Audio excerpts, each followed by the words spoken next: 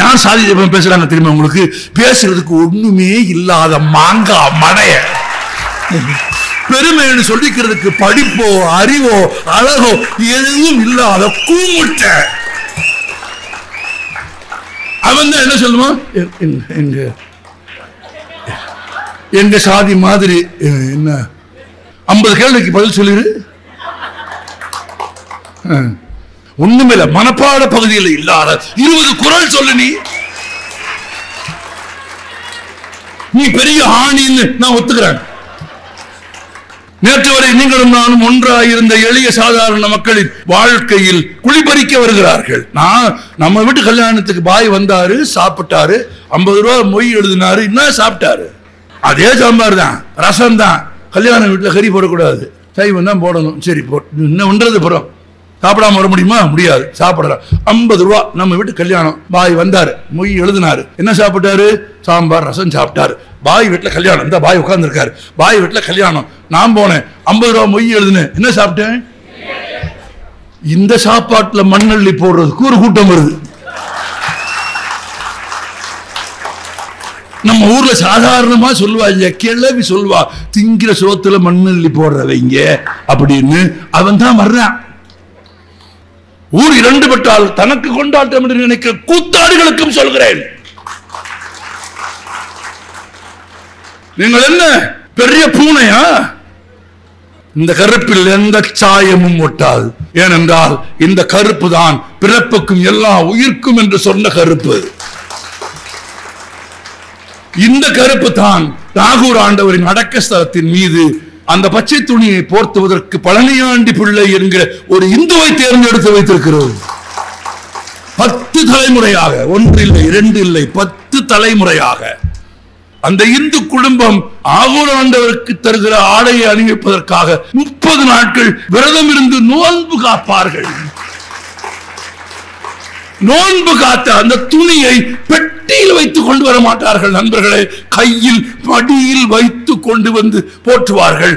இதோ 10 தலைமுறைகள் ஆகிவிட்டது.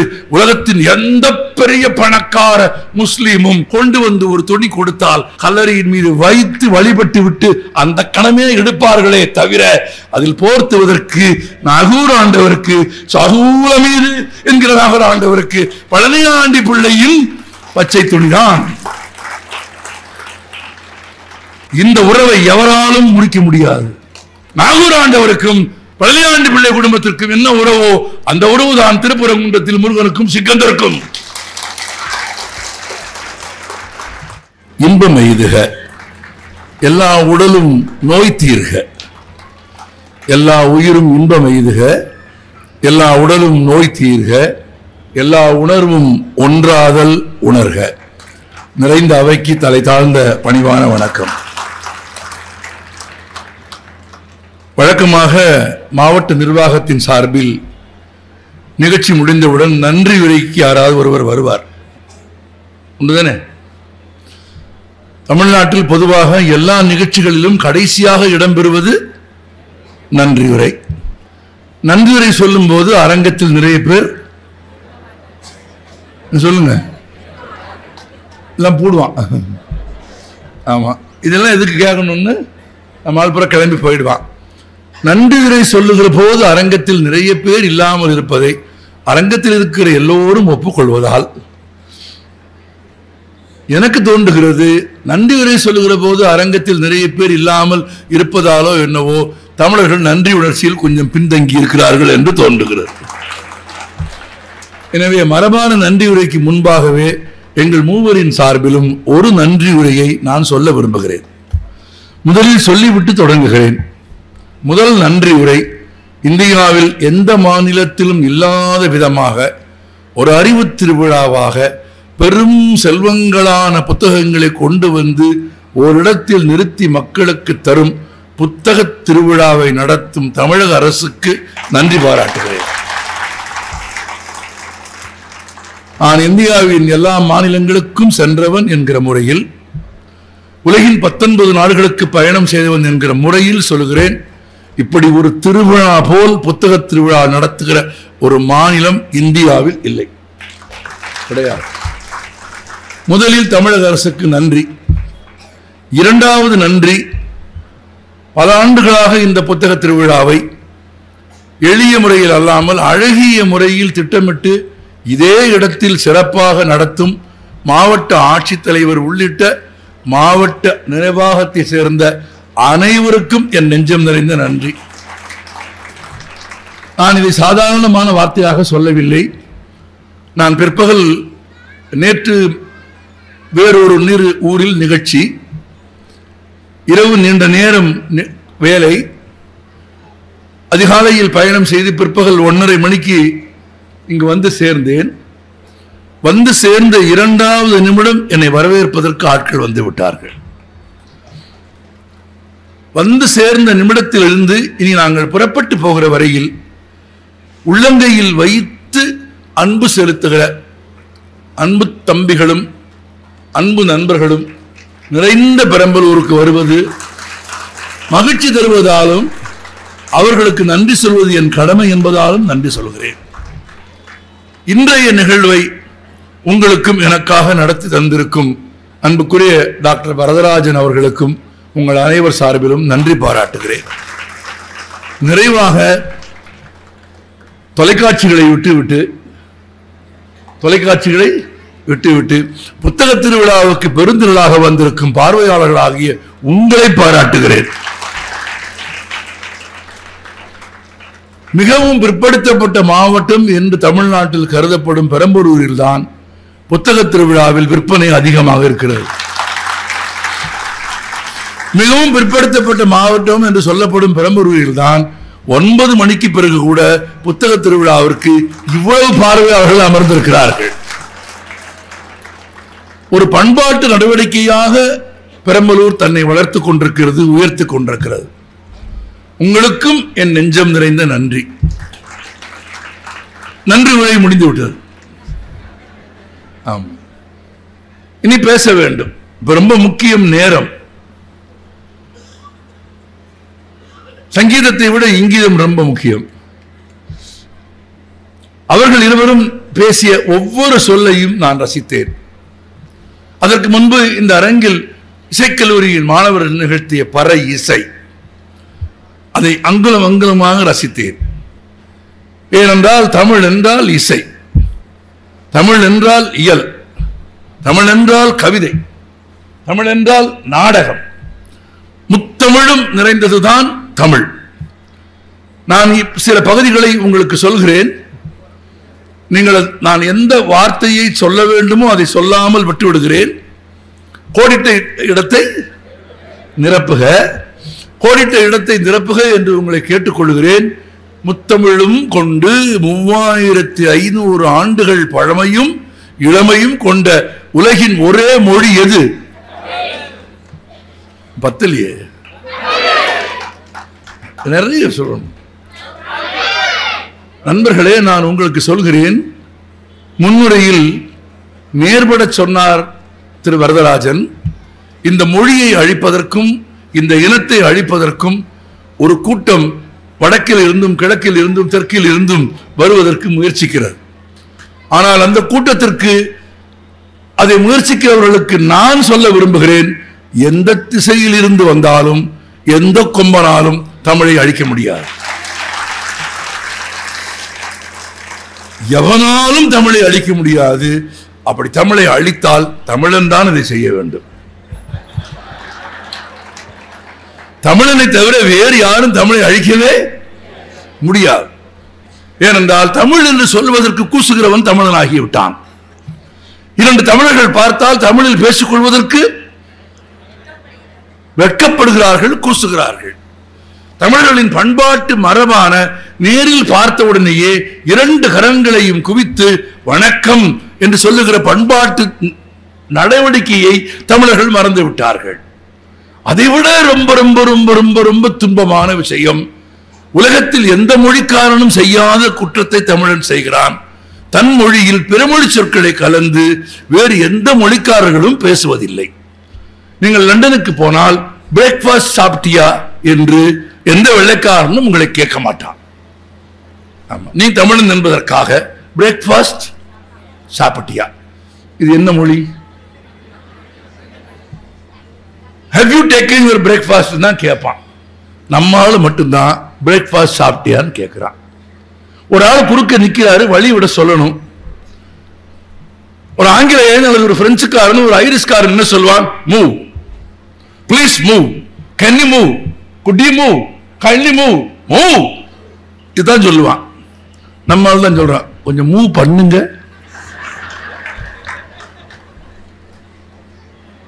மூவே பண்றதுதான். அப்புறம் எங்க மூவ் பண்ணுங்க? நான் ரொம்ப கொச்சையா சொல்றேன் நினைக்காதீங்க, கோபமா சொல்றேன். சாப்பாட்டை மட்டும்தான் சாப்பிடணும். சோறாத்தான் திங்கணும். ஆமா, இந்த உலகத்தில் கலப்படம் இல்லாதது தாய்ப்பால். இல்லையா? 100% கலப்படம் இல்லாத தூய்மையான ஒரு பொருள் அது தாய்ப்பால். தாய்ப்பாலில் வேறு பொருளை சேர்த்து குடிக்கலாமா? தாய்ப்பாலில் சர்க்கரை போட்டு குடிக்கிறவன் மூடனா? யார் சொல்லுங்க? மூடன். தாய்ப்பாலுக்கு ஒப்பான தாய்மொழியில் பிறமொழி சொற்களை சேர்க்கலாமா? சேர்க்காதீர்கள். பேச பழகி இருந்தாலும் மாற்றிக்கொள்ளுங்கள். மொழியை ஒரு காலேஜில் போய் உட்கார்ந்து இருக்கேன், ஃபங்க்ஷன் நடக்குது, இந்த மாதிரி ஒரு டேபிள் போட்டிருக்காங்க, அதை தள்ளி போட சொல்றாங்க. அந்த பிரின்சிபால் சொல்றாரு, அந்த பையன் எடுத்து போட வர்றான், அவங்கிட்ட கொஞ்சம் நகர்த்தி நடு சென்டர்ல போடுங்கிறாரு. அவர் பிரின்சிபால். எனக்கு கைகாலெல்லாம் நடுங்குது. மேடையில் பதட்டம் ஆயிடுச்சு. நமக்கு வாயும் சும்மா இருக்காது. அவர் என்னமோ பண்ணிட்டு போறாருன்னு போக முடியுமா? அது எப்படி போக முடியும்? ஒருத்தர் யாராவது காலை மிதிச்சானா என்ன செய்வீங்க? என்ன செய்வீங்க? ஏய் தள்ளியா, ஏய் வலிய பொறுத்து ரியாக்ஷன் இருக்கும்ல. இல்ல அப்படி சொல்லாம, அண்ணா தாங்கள் ஏறி நிற்பது என் கால்கள் தான் என்பதை தங்களுக்கு பணிவுடன் தெரிவித்துக் கொள்ள விரும்புகிறேன் எழுதியா கொடுப்ப. காலை மிதிச்சா என்ன செய்வ? தள்ளி விடுவ, கத்துவ, சத்தம். இல்ல அவர்கிட்ட ஒண்ணுமே சொல்லாம வீட்டுல போய் உட்கார்ந்துக்கிட்டு அப்படின்னு. வீட்டுல என்னன்னா, ஒருத்தன் பஸ்ல காலை மிதிச்சுட்டான், இங்கே ஏன் கத்துற? அஞ்ச கத்தனும் தோணல. ஆமா, உன்னை காலில் மிதிச்சிருக்க கூடாது, கழுத்துல மிதிச்சிருக்கணும்னு வீட்டுல இருக்கிறவன் சொல்லுவான். நீ எதுக்கு உயிரோட இருக்க? நமக்கு பொருட்கள வாய். நான் அப்புறமா மெதுவா அவர்கிட்ட சொன்னேன், நடுனாலும் சென்டர் தான், சென்டர்னாலும் நடுதான். ரெண்டுல ஏதாவது ஒண்ணு சொன்னா போதும். நடு சென்டர்னு ஒண்ணு உலகத்துல இல்ல, கிடையாது. ஒண்ணு நடுவில் இருக்கு, இல்லாட்டி சென்டர்ல இருக்கே தவிர நடு சென்டர்ல இருந்து ஒண்ணு கிடையாதுன்னா, அவ்வளவு சொன்னதுக்கு பிறகும் அவரு பழகி போச்சுன்னாரு. ஆமா, பழகக்கூடாது. என்று புதிதாய் பிறந்தோம் என்று வாழ வேண்டும். இந்த அரங்கத்தில் கூடியிருக்கும் உங்களுக்கு நான் சொல்கிறேன், இனி வரும் நாட்களில் ஒருபோதும் தமிழோடு பிறமொழி சொற்களை கலந்து பேசாதீர்கள். தமிழை தமிழாக பேசுங்கள். கல்லூரிகளிலே படிக்கிற மாணவிகளுக்கு நான் சொல்கிறேன், யாரையாவது காதலிக்க வேண்டும் என்று நீங்கள் விரும்பினால் ஒரு A4 ஷீட்ல எழுத்துப்பிழை இல்லாமல் தமிழ்ல ஒரு லவ் லெட்டர் எவன் எழுதி கொடுக்கிறானோ, லவ் லெட்டர் இல்ல, காதல் கடிதம். என்ன கண்டிக்கணும்ல? கண்டிக்கல. நீங்க எவன் எழுத்து பிள்ளை இல்லாம ஒரு காதல் கடிதம் எழுக்கிறானோ அவனை காதலி. காதல் கடிதம் ரொம்ப முக்கியமாக, இது வேற வழியே கிடையாது. அவன் வாட்ஸ்அப்ல வாங்கின ஃபார்வர்ட் மெசேஜா இருக்கவே கூடாது. சொந்தமா யோசிச்சு எழுதணும். எழுதுவானா தமிழ்ல? கடிதங்களை எழுதுவதை நிறுத்தி விட்டீர்கள். பொங்கல் வாழ்த்தாவது அனுப்பிக்கிட்டு இருந்தான், பொங்கலுக்கு அதையும் நிறுத்திட்டான். நம்மால் எழுதுறதே இல்லை. மீறி போர்த்தன் எழுதுறான், சாப்பிட போறேன்னு எழுதுறான். ஆண்ட்ராய்டு போன் வச்சிருக்கான், அதுல தமிழை டவுன்லோட் பண்ணி சாப்பிட போகிறேன் அப்படின்னு தமிழ்ல அடி. Right, okay. இல்லையா, I am going for lunch அப்படின்னு நீ பெரிய வெள்ளக்காரன். ஆமா, நீ இங்கிலீஷ் படிச்சு, இங்கிலீஷ்ல எனக்கு தெரியாது, 25 வருஷமா இங்கிலீஷ் எழுதியும் ஒரு லீவ் லெட்டர் எழுத சொன்னா, ஆஸ்ட்ரேலியா சவரிங் ஃப்ரேமுக்கு மேல ஒரு இளவும் எழுத தெரியாது ஒருத்தனுக்கும். அதுவும் என்ன எழுதுறேன், as I am suffering from my brother's marriage, I request you to grant me 3 days medical leave னு எழுதுறேன். பிரதர்ஸ் மேரேஜ் சஃபரிங்னு எனக்கு தெரியும், அதுக்கு மெடிக்கல் லீவ் போட முடியுமா? முடியாது. நான் கேட்கிறேன், 30 ஆண்டுகளாக தமிழ்நாட்டில் கோடிக்கணக்கில் நூற்றுக்கணக்கில் நீங்கள் பணம் கொடுத்து படிக்க வைத்த ஆங்கில பள்ளிகளில் படித்து முடித்து உங்கள் குழந்தைகளில் எத்தனை பேர் பிழை இல்லாமல் ஆங்கிலம் பேசுகிறார்கள், எழுதுகிறார்கள், படிக்கிறார்கள்? தெரியாது. ஏபிசிடி எத்தனை கேட்டா 52ங்கிறான் ஒருத்தன். வெள்ளக்காரன் ஓடியே போயிட்டா 47. எப்படி 57ன்னா கேபிட்டல் லெட்டர் 26, ஸ்மால் லெட்டர் 26, ரெண்டையும் கூட்டினா மொத்தம் 52. அறிவு அவ்வளவுதானே. தாய்மொழியை விடவும் உலகத்தில் சிறந்தது. நான் கேட்கிறேன், என்ன மொழி வேணா, அவர் சொன்னதான் நானும் சொல்றேன், எந்த மொழியின் மீதும் எனக்கு பகை இல்லை. இன்னும் சொல்ல போனால் உலகத்திலேயே எல்லா மொழிகளையும் காதலித்தவர்கள் தமிழர்கள் தவிர வேறு எவரும் இல்லை. நாம் அறிந்த மொழிகளிலே சொல்லுங்க சிறப்பு. அது முதல் 2 வார்த்தை மட்டும் என்ன? யாம் அறிந்த மொழிகளிலே. அப்புறம் அதுக்கு போவோம். யாம் அறிந்த மொழிகளிலே என்று பாரதி எழுதினால் அதற்கு என்ன பொருள்? யாம் அறிந்த மொழிகளிலே. அப்படியானால் அந்த 2 சொற்களிலே ஒரு கேள்வி இருக்கிறது. என்ன கேள்வி? அவருக்கு எத்தனை மொழி தெரியும் என்ற கேள்வி. இப்ப அதே கேள்வியை நம்ம கேட்டுக்குவோம். நமக்கு எத்தனை மொழி அறியும்? 2, 1, 1, அரையா? தமிழே தகராறுன்னு எழுத சொன்னா ரூக்கு பக்கத்துல பேனா வச்சுட்டு கேட்கிறான், மாப்பிள்ள என்ன ரூ போட அப்படின்னா மாப்பிள்ள சொல்றான், மாப்பிள்ள பெரிய தகராறுனா பெரிய ரூ போடு, அதுவே சின்ன தகராறு தான் சின்ன ரூ போடு. ஒரு பாப்பா கேக்குது, பள்ளி இருந்தா இல்லைங்கிறப்போ நாக்கு மேல ஒட்டணும், அதுதான் மெல்லினம் ரகரம். எழுத்தும் அதிகாரமும் சொற்களை உச்சரிக்கும் முறையும் சொல்லுகிற போது நாக்கும் எங்கே இருக்க வேண்டும் எழுதி வைத்த மொழி எது? 30 பேர் தான் சொல்லுவீங்களோ? எழுதி வைத்த மொழி எதுன்னு கேட்டா 10 பேர் தான் சொல்லுவீங்களா? ஒன்றை நினைவில் வைத்துக் கொள்ளுங்கள், இந்த உலகத்தில் பெரும்பான்மையான தீமைகளுக்கு காரணம் தீயவர்களின் செயல்கள் அல்ல, நல்லவர்களின் மௌனம்.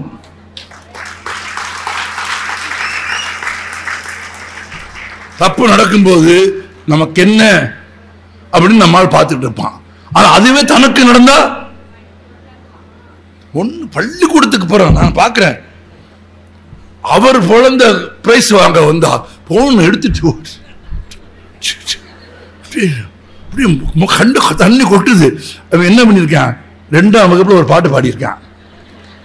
ஆனா அதே மேடையில இன்னொரு குழந்தை வந்து பாட்டு பாடினா துளி கூட உணர்ச்சி இல்லை நம்ம ஆளுக்கு. ஒரு என் நண்பர் ஒருத்தர் அவர் சொல்றாரு, என் பையன் ஒரு கார் வாங்கி கொடுங்க, 15 நிமிஷம் பிரிச்சிருவான். மெக்கானிக் மூளை யாரு? அவர் பையனுக்கு. காரை உடைச்சாங்கன்னா அவர் பையன், 15 நிமிஷத்துல பிரிச்சாங்கன்னா மெக்கானிக் மூளை. அதுவே சகல பையனோ தங்கச்சி பையனோ அக்கா பையனோ உடைச்சா வாய் என்ன சொல்லுது? அதுகிட்ட ஒரு சாமான் கொடுத்தா உருப்படியா இருக்காது, அதை உடைச்சிரும்னு சொல்லுதா சொல்லலையா? ஒண்ணு கேட்டா நான் எவ்வளவு உயிரை கொடுத்து பேசுறவனுக்கு மட்டும்தான் வேலையா? நல்லா இருக்கு, இவ்வளவு உயிரை கொடுத்து எப்படி பேசணும், எப்படி உச்சரிக்கணும், எப்படி சொல்லணும், எழுத்து எங்க இருக்கணும், கொம்பு சாயாமல் கொண்ட நுனி மாறாமல் அம்பு போல் எழுது தமிழா. தமிழ் அப்படித்தான் எழுதணும், அப்படி எழுதணும், அப்படி பேசணும், அப்படி படிக்கணும். ஆமா, ஒரு மொழியை நீங்கள் பேசாவிட்டால், ஒரு மொழியை நீங்கள் எழுதாவிட்டால், ஒரு மொழியை நீங்கள் படிக்காவிட்டால் அந்த மொழி அழிந்து போய்விடும். நான் ஒன்று கேட்கிறேன், நீ வெளிநாட்டுக்கு போயிருவா, போ, எல்லாம் கம்பியை கட்டி விரட்டி விடுறேன், சங்கிலி போட்டு விரட்டி விடுறேன். ஆமா, நான் அமெரிக்காவில் இருக்கிறேன், போ,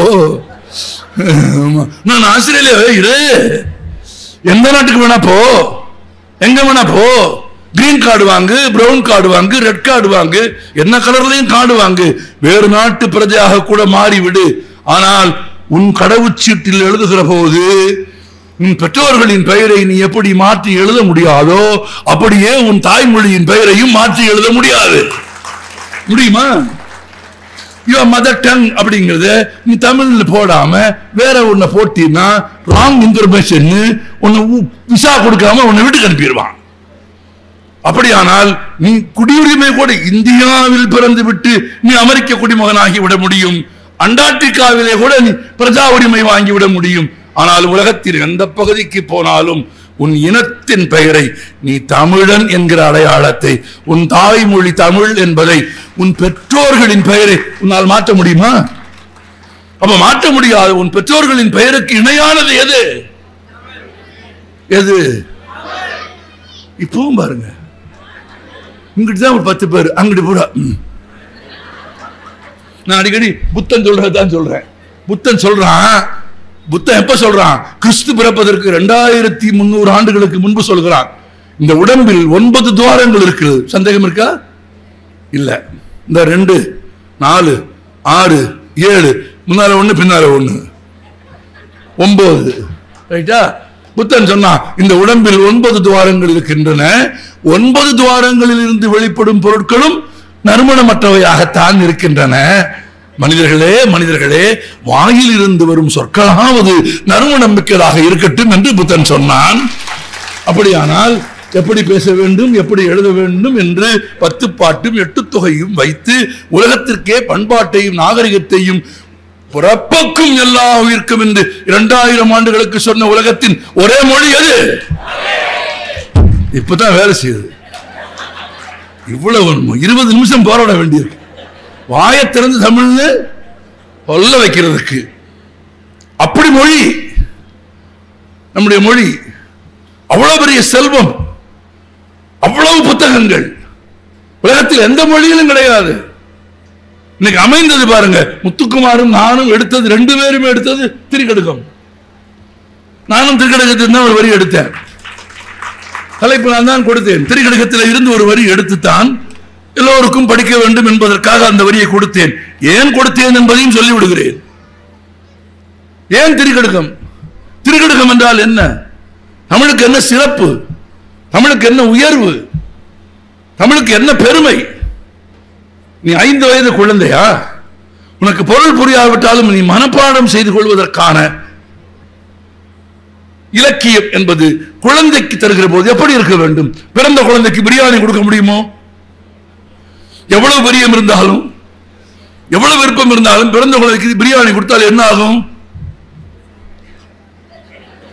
ஆமா, அது பிரியாணி ஆயிடும். பிறந்த குழந்தைக்கு எது கொடுக்க வேண்டுமோ அதைத்தான் கொடுக்க வேண்டும். அப்படியானால் 5 வயது குழந்தை பள்ளிக்கூடத்திற்கு வருகிற போது பொருள் புரிகிறதோ இல்லையோ, அது மனனம் செய்கிற அளவிற்கு 2 சொற்கள் 3 சொற்களோடு கூடிய இலக்கியங்கள் எழுதப்பட்டிருக்க வேண்டும். 5 வயதா, 6 வயதா, 7 வயதா, 8 வயதா, 10 வயதா, வயது கூட கூட கூட வரிகள் கூடும். வரிகள் கூட கூட உள்ளடக்கம் கூடும். உள்ளடக்கம் கூட கூட வாழ்க்கை அனுபவமும் பொருளும் சேரும். ஒரு வரியில் ஆத்திச்சூடி, 2 வரியில் எது? திருக்குறள், 3 வரியில் திரிகடுகம், 4 வரியில் நாலடியார், இன்னா 40, இனியவை 40, 5 வரியில் தெரியாது சிறுபஞ்ச மூலம், 6 வரியில் ஏனாதி. வயதுக்கும் வளர்ச்சிக்கும் வாழ்க்கைக்கும் ஏற்ப வரிகளையும் இலக்கியத்தையும் தீர்மானித்து உலகத்துக்கு தந்த உலகத்தின் ஒரே மொழி எது? அந்த மொழியை நம்மை தவிர வேறு யார் காப்பார்கள்?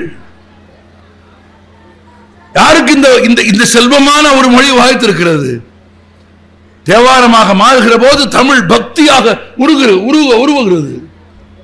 4000 திவ்ய பிரபந்தமாக பாடுகிற போது தமிழ் தன்னை கரைத்துக் கொள்கிறது. நம்மாழ்வார் பாடுகிறார் கிருஷ்ணனை பார்த்து, உண்ணும் சோறு, தின்னும் சோறு, உண்ணும் நீர், பருகும் நீர், உண்ணும் வெற்றிலை யாவும் கண்ணன் என்று பாடுகிறார்.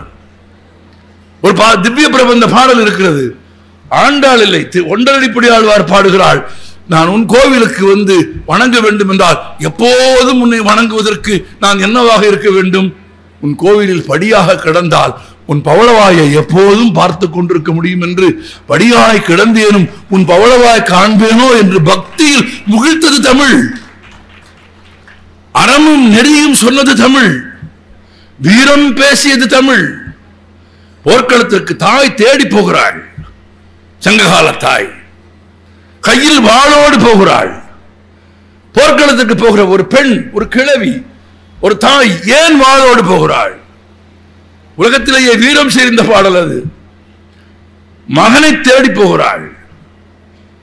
மகனை எப்படி தேடி போகிறாள்? இறந்து போய்விட்டான் என்ற தகவல் கிடைத்த பிறகு தேடி போகிறாள்.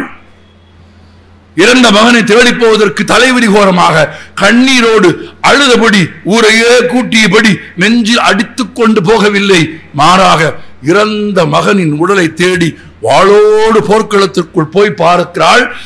ஏன் தெரியுமா? இவன் போரில் நேருக்கு நேர் சண்டையிட்டு மார்பில் வேல் வாங்கி இறந்தானா, கோழை போல ஓடி வருகிற போது முதுகில் வேல் வாங்கி இறந்தானா என்று பார்க்க போகிறாள். கிடக்கிற சடலங்களை எல்லாம் புரட்டி பார்க்கிறாள். ஒருவேளை அஞ்சி கோழையாக போர்க்களத்தில் இருந்தவன் திரும்பி ஓடி இருந்தால், அவன் முதுகில் வேல் பாய்ந்திருந்தால், அவனுக்கு அமுதூட்டிய மார்பகங்களை அங்கேயே அறுத்து விட வேண்டும் என்று வாழெடுத்து கொண்டு போன தாயை, வீரத்தின் உயர்விலே கொண்டு போய் நிறுத்திய ஒரு தாயை பாடிய உலகத்தில் எந்த மொழி இருக்கிறது? நான் வாசித்த எல்லையில் எந்த மொழியும் இல்லை, எந்த மொழியும் இல்லை. வாழ்வின் அறங்களை நீதிகளை சொல்லுகிற மொழி அது. வள்ளுவன் ஒரு வரி சொல்கிறான், உலகத்தில் எது அறம்? கோவில் கட்டுவதா? திருப்பணி செய்வதா? சோறு போடுவதா? ஒரு குழந்தையை படிக்க வைப்பதா? 100 இருக்கிறது, மருத்துவத்தை எல்லாம் இருக்கிறது. ஆனால் இந்த அறங்கள் எல்லாம் அறங்கள் அல்ல என்கிறான் வள்ளுவன். இந்த அறங்களை செய்ய வேண்டாம் என்று வள்ளுவன் சொல்லவில்லை. பசித்தவனுக்கு உணவு கொடு, ஏழைக்கு கல்வி கொடு, நன்றியோடு இரு, நன்றி மறக்காதே, நன்றி மறப்பது நன்றென்று. நல்ல விஷயத்தை மட்டும் வள்ளுவன் சொல்லித் தரவில்லை, எது தீமையோ அதையும் விளக்க சொல்கிறான். நன்றி மறப்பது அன்றன்று, அன்றல்லது அன்றே. அது ரொம்ப முக்கியம். மறுநாள் இல்ல, ஒரு வருஷம் கழிச்சு இல்ல, அது அப்படியே வச்சிருந்து அடகாத்து குஞ்சு பொறிக்கிறது இல்ல. மனிதர்களின் பால் பகைமை இல்லாமல் அது நல்லது இல்லையா? விடு, அது அன்னைக்கே மறந்துரு. நன்றியா மறக்காத, ஞாபகம் வச்சுக்க. அது சிறுசா பெருசா பார்க்காத, எப்ப செய்யறான்னு பாரு. திணைத்துணை நன்றி செய்யணும் பனைத்துணையாக கொள்வர் பயன் தெரிவர். முத்துக்குமார், நான் ரொம்ப பெருமிதத்தோடு சொல்கிறேன், இந்த மேடைக்கு வந்தது பிக் பாஸால் அல்ல. எதனால வந்த? தமிழ். அடுத்தது ஜெயந்தா வந்த உடனேயே எழுந்திருத்து இடம் கொடுக்க போனான். பாத்தீங்களா? என் பக்கத்தில் உட்கார்ந்து இருந்தாரு. ஜெயந்தா வந்தாரு. வந்த உடனே எந்திரிச்சு இடம் கொடுக்க போனான். நான் அப்போது அவனுக்கு சொன்னேன், இனி வரும் காலத்தில் நடுவில் அமர்ந்திருக்க வேண்டியவன் நீ. அடுத்த தலைமுறைக்காரன் நீ நடுவில் அமர்ந்து கொள் என்று முத்துக்குமாரை நான் பார்த்து சொன்னது. முத்துக்குமாரை நான் பார்த்தது பிக் பாஸை பார்த்து அல்ல. திரிகடுகமும் தமிழும் தான் பிக் பாஸுக்கு முத்துக்குமாரை கொண்டு வந்தது இல்லையா? இன்னொன்றும் சொல்லுகிறேன், இனி வாழும் காலம் முழுவதும், அது இன்னும் 100 ஆண்டுகள் நீ வாழ்ந்தாலும் உன் புகழை காப்பாற்ற போவது பிக் பாஸ் இல்லை, தமிழ். உலகின் 19 நாடுகளுக்கு என்னையும் ஜெயந்தாவையும் எங்களையும் புத்தக திருவிழாவிற்கு சாதாரணமான 400 சதுர அடிக்கும் குறைவான சிறிய வீட்டில் பிறந்து ஏழை பள்ளிக்கூடத்தில் படித்த ஏழை குழந்தைகளை இந்த இடத்திற்கு கொண்டு வந்து நிறுத்தியது எது? தமிழ், என் மொழி, என் இலக்கியம். அதுதான் உன்னை நிறுத்து. அதுதான் நிலைத்த புகழ். புகழ் வேறு, புகழ்ச்சி வேறு. புகழ் வேறு, புகழ்ச்சி வேறு. புகழ்ச்சிக்கு மயங்காது. புகழுக்குத்தான் சிறப்பு உண்டு. புகழுக்கும் கூட மயங்க கூடாது. என்ன செய்ய வேண்டும்? யாரேனும் உன் பெருமை, அதான் அது எனக்கு பிடிச்சது. அவர் வந்த உடனே எந்திரிச்சான். அந்த எளிய எளிய செயல்தானே, அந்த எளிய செயல்தானே மனிதர்களை நமக்கு அடையாளப்படுத்துகிறது. பிக் பாஸ் அல்லது தொலைக்காட்சி, நானெல்லாம் தொலைக்காட்சியே பார்த்ததில்லை. எங்கள் வீட்டில் தொலைக்காட்சி இருக்கிறது, பார்த்ததில்லை. நேரம் இல்லை என்பது மட்டும் இல்லை, எனக்கு அதிலிருந்து கிடைப்பதற்கான செய்திகளை விடவும் இதோ என் வாழ்க்கையில் பெரும் செல்வம் என்று இந்த ஏழை பையன், ஆமா ஏழை பையன், எனக்கு ஒரு வெக்கம் கிடையாது, ரொம்ப ஏழை பள்ளிக்கூடத்தில் படித்த ஏழை பையன் தான். ஆனால் பாரதி கிருஷ்ணகுமார் என்கிற மனிதன் எவ்வளவு செல்வம் சேர்த்திருக்கிறான் என்று கேட்டால், மனை இல்லை, வீடு இல்லை, கார் இல்லை. ஆனால் பாரதி கிருஷ்ணகுமாரிடம் 4000 புத்தகங்கள் கொண்ட நூலகம் இருக்கிறது. என்னை போல ஒரு செல்வந்தன், என்னிலும் ஒரு செல்வந்தன் இந்த உலகில் இல்லை என்கிற பெருமிதத்தை யார் தருகிறார்கள்? என் புத்தகங்கள் எனக்கு தருகிறது. அது என்னை இங்கே கொண்டு வந்து நிறுத்துகிறது. என்னை பிறர் புகழ்ந்தால் நான் நாணுகிறேன். ஒருத்தர் அறிமுகப்படுத்தி பேசுறாருல்ல, அவர் பேச பேச நான் வந்துட்டேன். கவனிச்சிங்களா?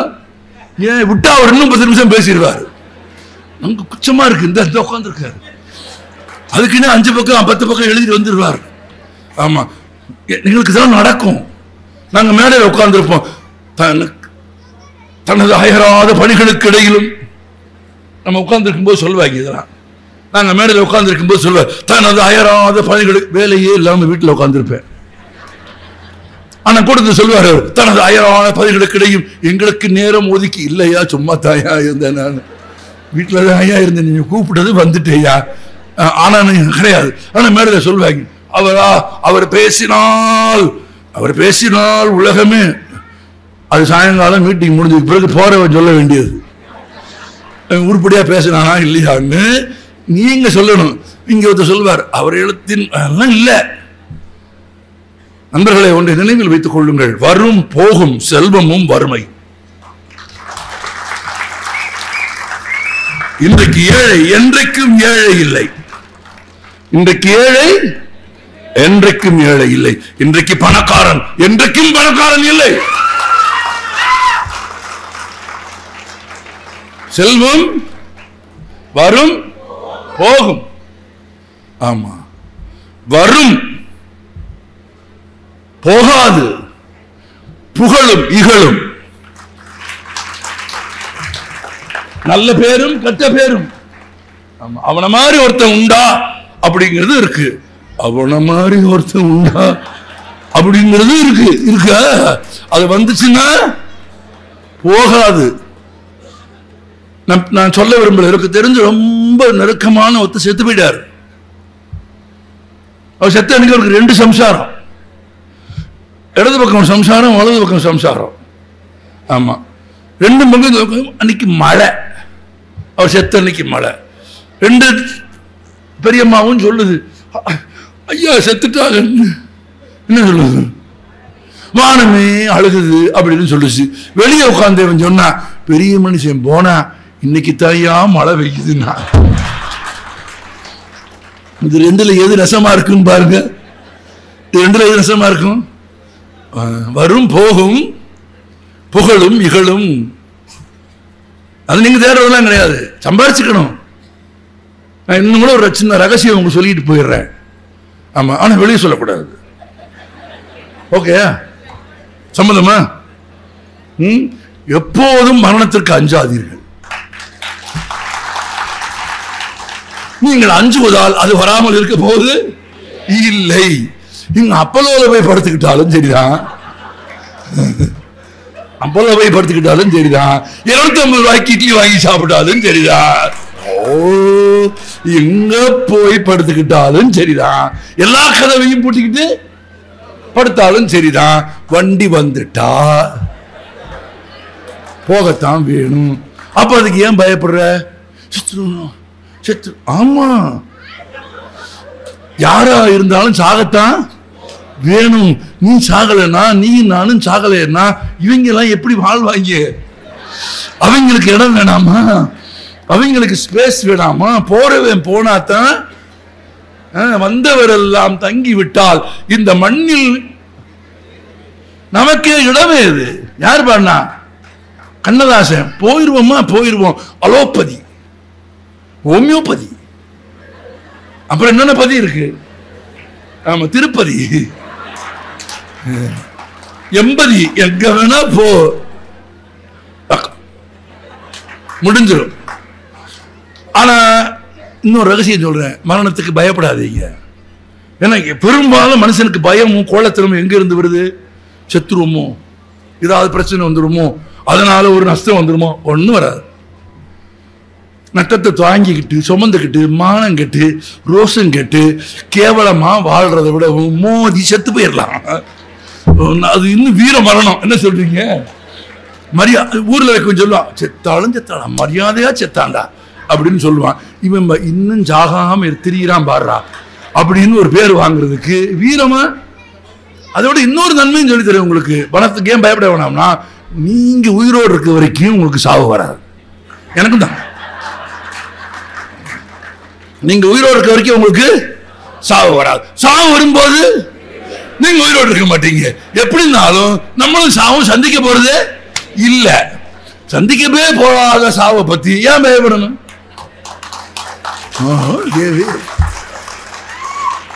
ஆமா, நானே ஒரு தடவை, இப்ப இல்ல, இவ்வளவு படிக்கிறதுக்கெல்லாம் வாசிக்கிறதுக்கு முன்னால ஒரு 15-20 வருஷத்துக்கு முன்னால ஒரு தடவை பாண்டிச்சேரிக்கு ஒரு நிகழ்ச்சிக்கு போயிருந்தேன்.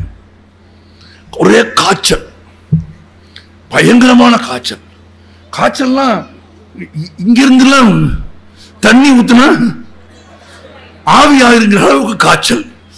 டாக்டர் சொல்றாரு, இன்னும் 2 டிகிரி வரைக்கும் தான், அது தாண்டுச்சுன்னா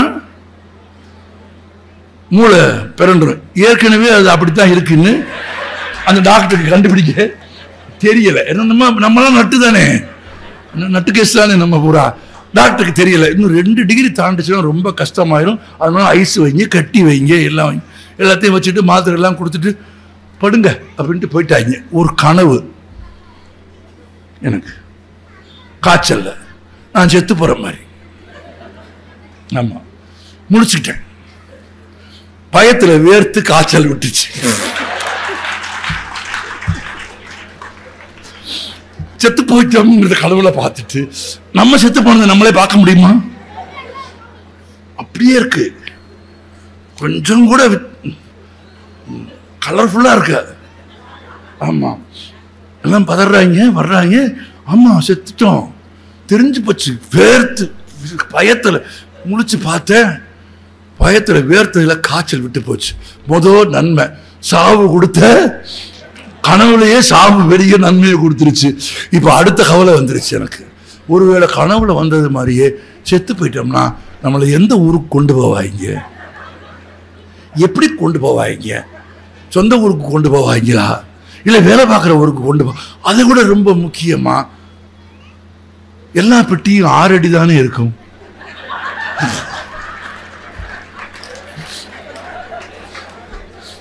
நம்ம எல்லா பெட்டியும் 6 அடி தானே இருக்கும். நம்மளை கொஞ்சம் அன்சைஸா பெத்து போட்டாங்களே.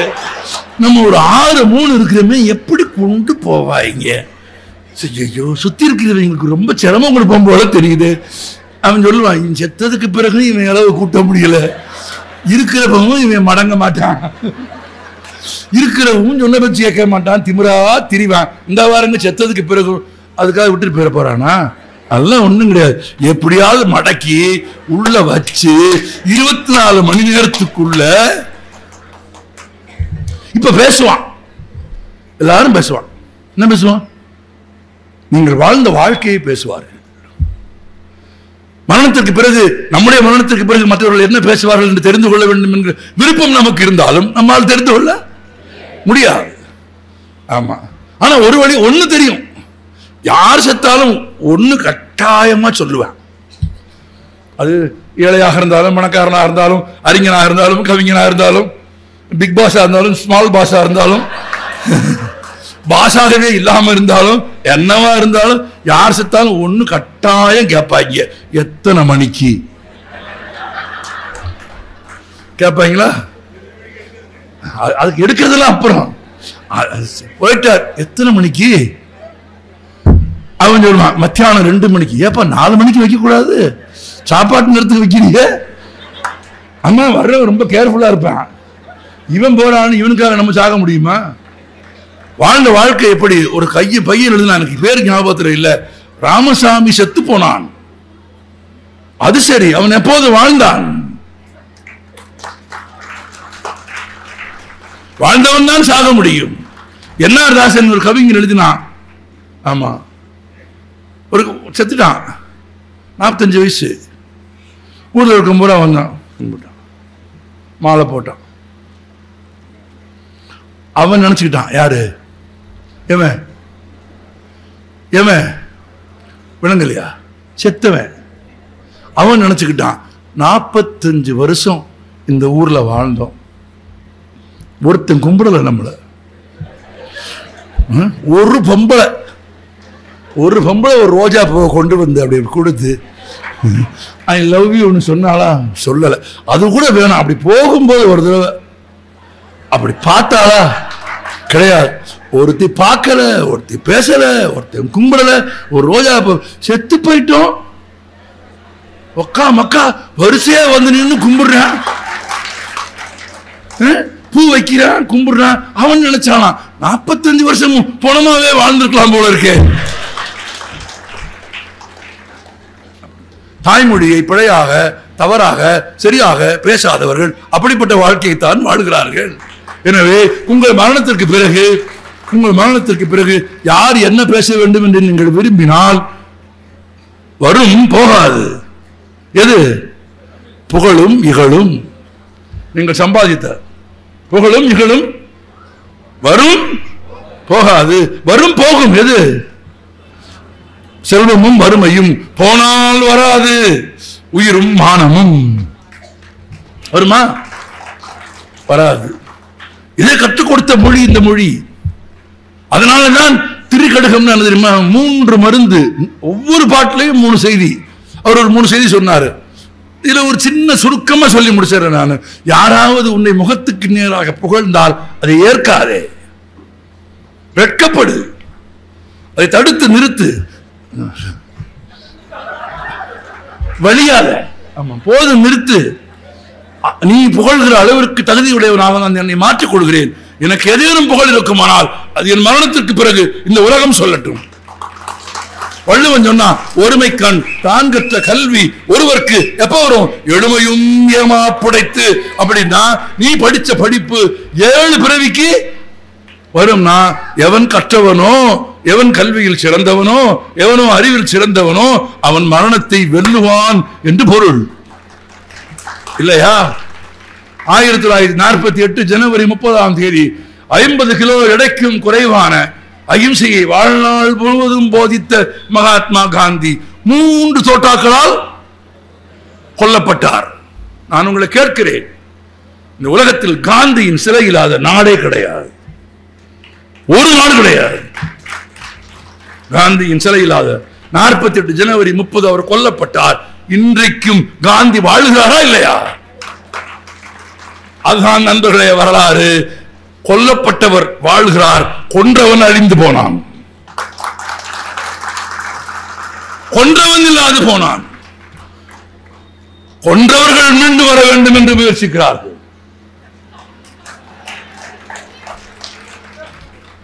அவர்கள் கொல்வதற்கு முருகனையும் சிக்கந்தரையும் தேடுகிறார்கள். நேற்று வரை நீங்களும் நானும் ஒன்றாயிருந்த எளிய சாதாரண மக்களின் வாழ்க்கையில் குளிபறிக்க வருகிறார்கள். நம்ம வீட்டு கல்யாணத்துக்கு பாய் வந்தாரு, சாப்பிட்டாரு, 50 ரூபா மொய் எழுதினாரு. என்ன சாப்பிட்டாரு சொல்லுங்க?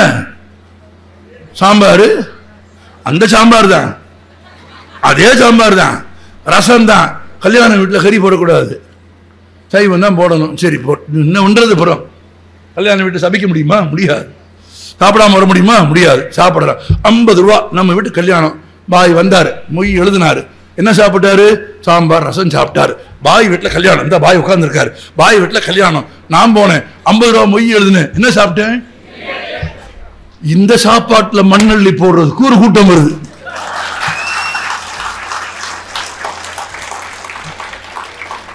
நம்ம ஊர்ல சாதாரணமா சொல்லுவாங்க, கிளவி சொல்லுவா, திங்கிற சோத்துல மண்ணள்ளி போடுறவங்க அப்படின்னு. அவன் தான் வர்றான், திங்கிற சோத்துல மண்ணள்ளி போடுறவன் தான் வர்றான். இந்த தகுதியற்றவர்களின் புகழ் நமக்கு தேவையில்லை. அடுத்த வரி சொல்றான் அந்த பாட்டுல, உன்னை யாராவது புகழ்கிற போது வெட்கப்படு, அதனினும் மிக முக்கியமாக புறம்பாக உண்மைக்கு மாறாக பேசினால் அவர்களை புறக்கணித்து விடு என்று சொல்லுகிறான். புறக்கணித்து விடு. எப்படி புறக்கணிக்கிறான்? இடது கையால் தள்ளுறாங்கிறான். நான் நேற்று சொன்னேன் மாயவரத்தில், உங்களுக்கு தெரியும் நாகூர் தர்கா அப்துல் காதர் காதிரி என்கிற நாகூர் ஆண்டவர், அவர் அடக்கமாகி 600 ஆண்டுகளுக்கு மேல் ஆகிறது. 600 ஆண்டுகளுக்கு மேல் ஆகிற, நான் விரிவாக சொல்லவில்லை, நேரம் கருதி சுருக்கமாக சொல்கிறேன். அவரது அடக்க ஸ்தலத்தின் மீது, அவர் அடங்கி இருக்கிற இடத்தின் மீது, அந்த கல்லறையின் மீது ஒரு பச்சை துணி போர்த்துவார்கள். அதை ஆண்டுக்கு ஒரு முறைதான் மாற்றுவார்கள். அதற்கு பெயர் கந்தூரி விழா என்று பெயர். ஆண்டுக்கு ஒரு முறைதான் அந்த கல்லறையின் மீது அந்த துணியை போர்த்துவார்கள். அந்த துணி கல்லறையின் மீது போர்த்துவது என்பது ஏறக்குறைய உள்ளே அடக்கமாய் உறங்கிக் கொண்டிருக்கும் ஆண்டவரின் மீது போர்த்துவதற்கு சமமானது. உங்களுக்கு தெரியுமா? உங்களுக்கு சொல்கிறேன், தெரியாதவர்களுக்கு சொல்கிறேன், தெரிந்தும் தெரியாதது போல் நடிக்கிறவர்களுக்கு சொல்கிறேன். ஒன்றுபட்டு ஒற்றுமையாய் வாழுகிற மக்களுக்கு இடையில் பகைமையை மூட்டுகிறவர்களுக்கு, ஊர் இரண்டுபட்டால் தனக்கு கொண்டாட்டம் என்று நினைக்கிற கூத்தாடிகளுக்கும் சொல்கிறேன். நீங்கள் என்ன பெரிய பூனையா?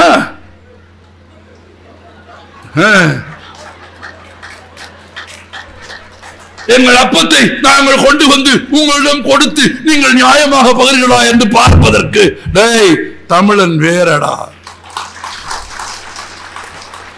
தமிழன் பிளாக் ஷீப். ஐயோ, இங்கிலீஷ்ல பிளாக் ஷீப்னா கெட்ட வார்த்தை. இங்கிலீஷ்ல கெட்ட வார்த்தை. இங்கிலீஷ்ல ஏன் கெட்ட வார்த்தை? இங்கிலீஷ் நாட்டில் குளிர் அதிகம். குளிருக்கு என்ன தேவைப்படும்? கம்பளி. கம்பளி எங்க இருந்து எடுப்பான்? ஆட்டு ரோமத்திலிருந்து எடுப்பான். வெள்ளையான ஆட்டு ரோமத்தை எடுத்தா அதுக்கு விலை கூட. ஏன் விலை கூடனா, வெள்ளையான ரோமத்துல எந்த கலரை வேணா, ப்ளூ, கிரீன், ரெட் அப்படின்னு ரோஸ் எல்லா கலரையும் ஏத்தலாம். ஆனா கருப்பு ஆட்டு ரோமத்துல எந்த கலரையும் ஏத்த முடியாது. அதனால அதுக்கு விலை கம்மி. அப்ப எது விலை குறைவானதோ, மதிப்பு குறைவானதோ, அது ஹூ இஸ் தி பிளாக் ஷீப்னு வெள்ளக்காரன் கேட்டான். வெள்ளக்காரன் ஏன் கேட்டான்னு விளங்காமலேயே நம்ம அவர் சொல்லிக்கிட்டு இருக்கான். நான் வெள்ளக்காரனுக்கு திரும்ப சொல்றோம், we are the black sheep. நாங்கள் தான் கருப்பாடுகள். பூமத்திய ரேகைக்கு பிறகத்தில் பிறந்த திராவிட இனம் என்கிற இந்த இனம்தான் கருப்பு இனம். எழுதி வைத்துக் கொள்ளுங்கள், கருப்பில் எந்த சாயமும் ஒட்டாது. நீ எத்தனை பெயிண்ட் வேணா வாங்கிட்டு வா, எங்க இருந்து வேணா வாங்கிட்டு வா, யார வேணா வச்சு அடிச்சு பாரு, ஒட்டுதான் பாரு. இல்லை, ஒட்டாது. இந்த கருப்பில் எந்த சாயமும் ஒட்டாது. ஏனென்றால் இந்த கருப்பு தான் பிறப்புக்கும் எல்லா உயிர்க்கும் என்று சொன்ன கருப்பு. இந்த கருப்பு தான் நாகூர் ஆண்டவரின் அடக்க ஸ்தலத்தின் மீது அந்த பச்சை துணியை போர்த்துவதற்கு பழனியாண்டி பிள்ளை என்கிற ஒரு இந்துவை தேர்ந்தெடுத்து வைத்திருக்கிறது. 10 தலைமுறையாக, 1 இல்லை 2 இல்லை 10 தலைமுறையாக பழனியாண்டி பிள்ளை குடும்பம் தான் சென்னையில் வாழ்கிறது.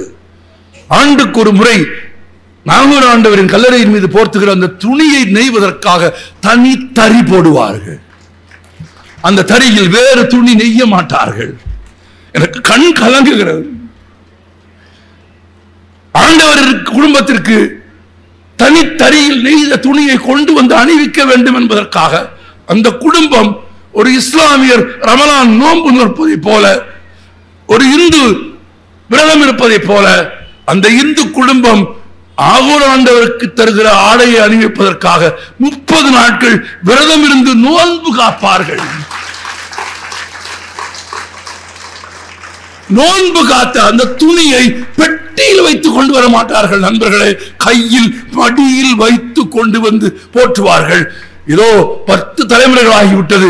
உலகத்தின் எந்த பெரிய பணக்கார முஸ்லீமும் கொண்டு வந்து ஒரு துணி கொடுத்தால் கல்லறையின் மீது வைத்து வழிபட்டு விட்டு அந்த கணமே எடுப்பார்களே தவிர அதில் போர்த்துவதற்கு நாகூர் ஆண்டவருக்கு, சகூலமீது என்கிற நாகூர் ஆண்டவருக்கு பழனியாண்டி பிள்ளையின் பச்சை துணிதான்.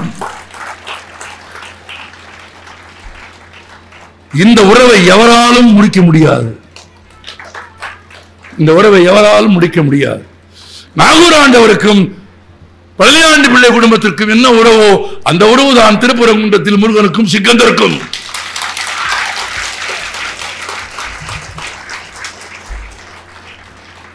தேவையற்ற புகழ்ச்சியை தமிழன் ஏற்றுக்கொள்ள மாட்டான், அதை நிராகரிப்பான்.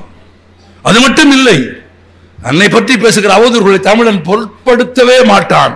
மாறாக மழை போல அறத்தை பின்பற்ற வேண்டும் தமிழன் கடமை. மழை வீடு பார்த்து பெய்கிறதா? நிலம் பார்த்து பெய்கிறதா? ஊர் பார்த்து பெய்கிறதா? பெய்த பிறகு நீ ஏதாவது திரும்ப கொடுப்பாய் என்று பெய்கிறதா? மழை இல்லாவிட்டால் வாழ முடியுமா?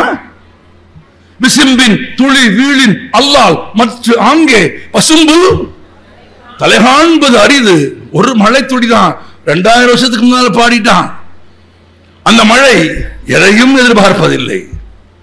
அதனாலதான் மாமழை போற்றுதும் என்று நம் தமிழர்கள் அதை பாடினார்கள். விசும்பின் துளிவின் அல்லால் மற்றால் பசும்புல் தலை காண்பது என்று வான் சிறப்பு பாடினான் வள்ளுவன்.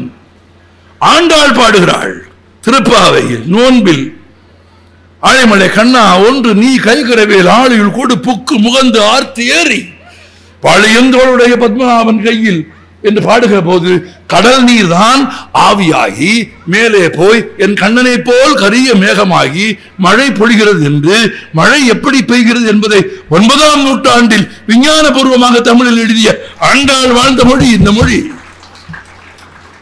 எனவே எந்த சமூகம் போலியான பாராட்டுதல்களை புகழ்ச்சியை நிராகரிக்கிறதோ, எது புறம் பேசப்படும் இழிவான செய்திகளை முற்றிலுமாக தவிர்க்கிறதோ, எது மழை போல பிறருக்கு உதவுகிறதோ நன்மை செய்கிறதோ அதுதான் ஊராண்மை என்னும் செருக்கு. செருக்கு என்கிற சொல்லை இன்றைக்கு தமிழர்கள் பயன்படுத்துறாங்க. அவனுக்கு ரொம்ப செருக்கு. ஆனால் செருக்கு என்ற சொல் இன்றைக்கு தவறான பொருளில் அகம்பாவம் இருமாப்பு என்கிற பொருளில் பயன்படுத்தப்படுகிறது. ஆனால் திரிகடுகம் செருக்கு என்கிற சொல்லை அந்த பொருளில் பயன்படுத்தவில்லை, பெருமை என்று பயன்படுத்துகிறது. எவன் தனக்கு தேவையில்லாத புகழை நிராகரிக்கிறானோ, எவன் புறம் பேசுகிறவர்களை எல்லாம் கடந்து போகிறானோ, எவன் எதிர்பார்க்காமல் வான்மழை போல் பிறருக்கு அன்பு செய்கிறானோ அவன் கைகளில் இந்த ஊர் பெருமை மிக்கதாக திகழும் என்று திரிகடுகம் சொல்லுகிறது. நான் நிறைவாக எல்லா ஊர்களிலும் சொல்லுகிற ஒரு செய்தியை சொல்லிவிட்டு போகிறேன். வணக்கம் சொல்வதற்கு தமிழர்கள் ஒரு பண்பாட்டு முறை வைத்திருக்கிறார்கள். என்னது? வணக்கம் சொல்வதற்கு சொன்னதுக்கு பிறகும் என்ன முறை? வணக்கம். எனக்கு 10 வயது. என் ஆசிரியர் ஜோசப் வாத்தியார். ஜோசப் வாத்தியாரும் லில்லி டீச்சரும் இல்லாவிட்டால் பாரதி கிருஷ்ணகுமார் இந்த இடத்திற்கு வந்திருக்கவே முடியாது. எனக்கு உயிர் கொடுத்தது என் பெற்றோர்கள், உணவு கொடுத்தது என் பெற்றோர்கள், பள்ளிக்கு அனுப்பியது என் பெற்றோர்கள்.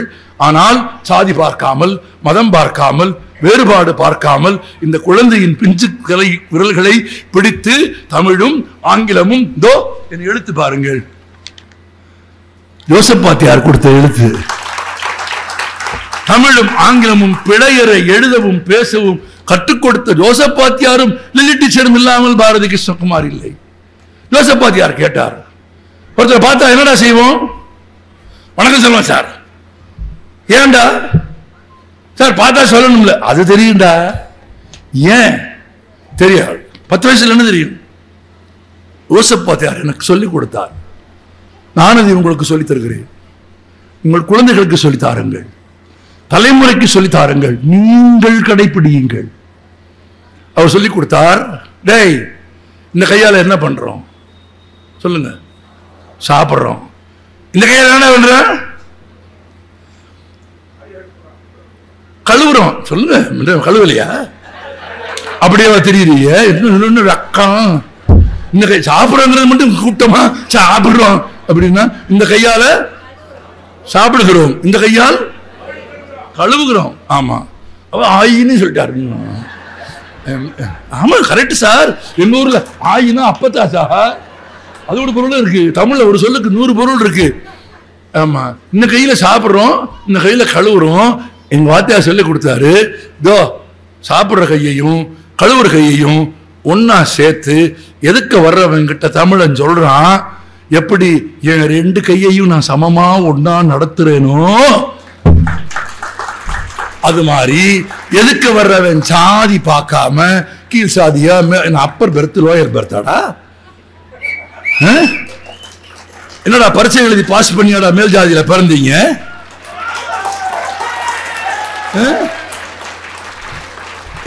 அது குரூப் 1ஆடா, குரூப் 2ஆடா, குரூப் என்ன குரூப்டா நீங்க? மண்ணாங்கட்டி குரூப். தாய் தகப்பனை தேர்ந்தெடுக்கிற உரிமை இந்த உலகத்தில் ஒருத்தனுக்கும் கிடையாது.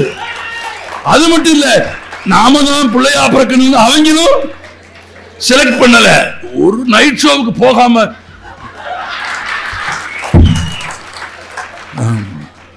இல்ல, ரொம்ப கவிதையா சொல்றதா இருந்தா, பெருமையா சொல்றதா இருந்தா, எந்தையும் தாயும் மகிழ்ந்து குலாவி இருந்த போது நாம் பிறந்தோம், அவ்வளவுதானே. உங்க அப்பா அம்மா யாரு நீ டிசைட் பண்ணியா? எந்த ஜாதியில பிறக்க போற நீ முடிவு பண்ணியா? எந்த மதம், எந்த கடவுள் நீ முடிவு பண்ணியா? பிறக்கும் போது குழந்தை, இறக்கும் போது பிணம். இப்ப என்ன எடுத்துக்கங்க, கிருஷ்ணகுமார்னு பேர் வச்சுட்டாங்க. பேர்ல என்ன இருக்குன்னு கேட்கிறான். எங்க பாருங்க, கிருஷ்ணகுமார்னு பேர் வச்சதுனாலே பேரை பார்த்த உடனே இந்துன்னு தெரியுது. ஒரு இந்து பெற்றவர்களுக்கு பிறந்ததால் நான் இந்துவாகி விடுவேனா? இல்லை. ஒரு இந்துவாக இருப்பதை விடவும், ஒரு கிறிஸ்தவனாக இருப்பதை விடவும், ஒரு முகம்மதியாக இருப்பதை விடவும் மனிதனாக இருப்பது முக்கியம் அல்லவா? என்ன, இந்து பெற்றவர்களுக்கு பிறந்ததால் இந்து பெயர் வச்சுட்டாங்க. நாய்க்கு பிறந்தது நாய் தானே, நாய்க்கு பிறந்தது நாய் தானே. அது மாதிரிதானே தவிர உன் ஜாதியை நீ தேர்ந்தெடுக்கவில்லை, உன் மொழியை கூட நீ தேர்ந்தெடுக்கவில்லை.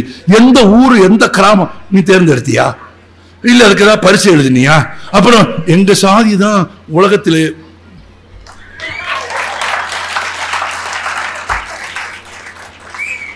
யார் சாதி பெருமை பேசுறான்னு தெரியுமா உங்களுக்கு? எனக்கு தெரியும். யார் சாதி பெருமை பேசுறாங்க தெரியுமா உங்களுக்கு? பேசுறதுக்கு ஒண்ணுமே இல்லாத மாங்கா மடைய, பெருமைன்னு சொல்லிக்கிறதுக்கு படிப்போ அறிவோ அழகோ எதுவும் இல்லாத கூமுட்ட அவன் தான் என்ன சொல்லுவான், எங்க சாதி மாதிரி. என்ன 50 கேள்விக்கு பதில் சொல்லிடு கேட்கிற. 50 கேள்வி தமிழ்ல கேட்கிறேன், நீ பதில் சொல்லிரு. ஒண்ணுமே இல்ல, மனப்பாட பகுதியில் இல்லாத 20 குறள் சொல்லு. நீ பெரிய ஆணின்னு நான் ஒத்துக்கிறேன். சொல்லிக் கொடுத்தாரு ஜோசப் வாத்தியார். எதிரே வந்து நிற்கிறவன் ஜாதி பார்க்க மாட்டேன், மதம் பார்க்க மாட்டேன், இனம் பார்க்க மாட்டேன், மொழி பார்க்க மாட்டேன். எதிரே வந்து நிற்கிறவனுக்கு தமிழன் சொன்னான், எதிரே உலகத்திற்கு சொன்னான் தமிழன், உண்ணுகிற கையையும் கழுவுகிற கையையும் சமமாக நடத்துவதை போல் உன்னையும் நான் நடத்துவேன் என்று எதிரே நிற்பவனுக்கு சொல்லும் முறை எது? சொல்லுங்க. வணக்கம்.